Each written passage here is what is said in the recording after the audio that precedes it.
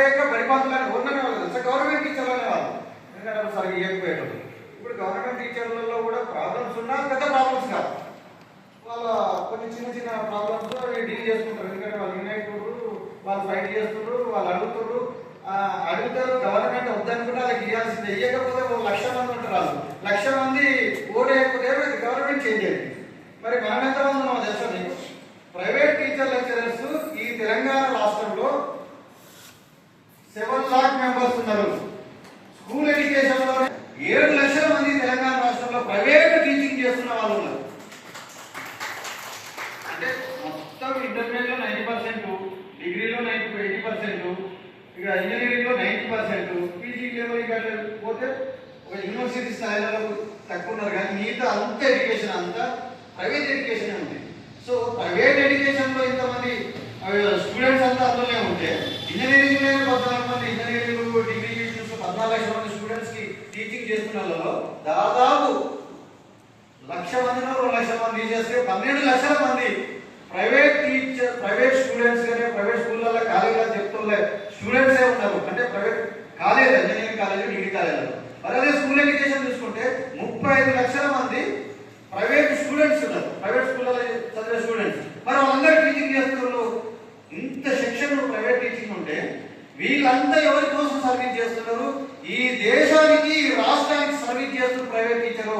వాళ్ళ వ్యక్తిగతంగా ఒక స్కూళ్ళలో కాలేజీలో ఉండొచ్చు కాక, కానీ ఈ దేశానికి సర్వీస్ చేస్తున్నారు. మరి ఈ దేశానికి, రాష్ట్రానికి, విద్యారంగానికి సర్వీస్ చేస్తున్న టీచర్ గురించి పట్టించుకోవాల్సిన అవసరం ఈ స్టేట్ గవర్నమెంట్కి లేదా, సెంట్రల్ గవర్నమెంట్కి లేదా? ఖచ్చితంగా ఉంది. కానీ ఎవరు పట్టించుకోవట్లేదు. ఎందుకంటే ఖచ్చితంగా మనం కూడా పట్టించుకుంటాం. Influence section కాలేకపోతున్నాం. ఎందుకంటే మనం రోజువారీ సమస్యలు మనకు ఉన్నాయి. ఇంట్లో ఒక నెల మనం పని చేయకపోతే, లేకపోతే 2 రోజులు 3 రోజులు కలిసి బస్సు ఇవ్వకపోతే మనం తీసేసే పరిస్థితి వచ్చేసి, ఒక లీవ్ ఉంటుందా, ఒక లీవ్ మనం తీసుకుంటామో లేదు, 2 లీవ్లో ఇవ్వాలి కనీసం మినిమం. ఆ 2 లీవ్లు ఇవ్వరు కాబట్టి ఒక లీవ్ దగ్గర కాంప్రమైజ్ కనీసం మనం. ఇదంతా పక్కన పెడితే అసలు మన సెకండ్ సాటర్డే హాలిడే అనే విషయాన్ని మనకి ఎంతమంది తెలుసు? సెకండ్ సాటర్డే హాలిడే ఉంది, ఇయ్యకపోతే అడిగే పరిస్థితి లేదు. మొట్టమొదటిసారి తెలంగాణ రాష్ట్రంలో సెకండ్ సాటర్డే హాలిడే అది టీచర్ల హక్కు, అది ఇవ్వాల్సిందని చెప్పి డిమాండ్ చేసి చాలా స్కూల్స్ కి సెకండ్ సాటర్డే సెలవు ఇప్పించినాం. టీపీటీఎల్ సంఘటన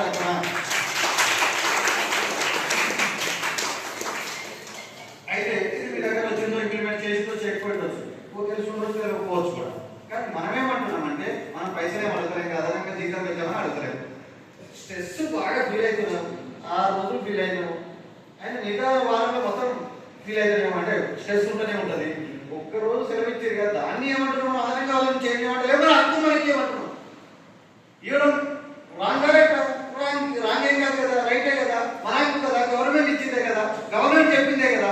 కాబట్టి ఇట్లాంటి డిమాండ్స్ మనం చిన్నవి, వాళ్ళు స్కూళ్ళలో పోయేది లేదు, ఇంకోరు కాలేజీలో పోయేది లేదు, అదనంగా పైసలు ఇచ్చేది కూడా లేదు. ఒక్క సెలవే మనం అడుగుతున్నది.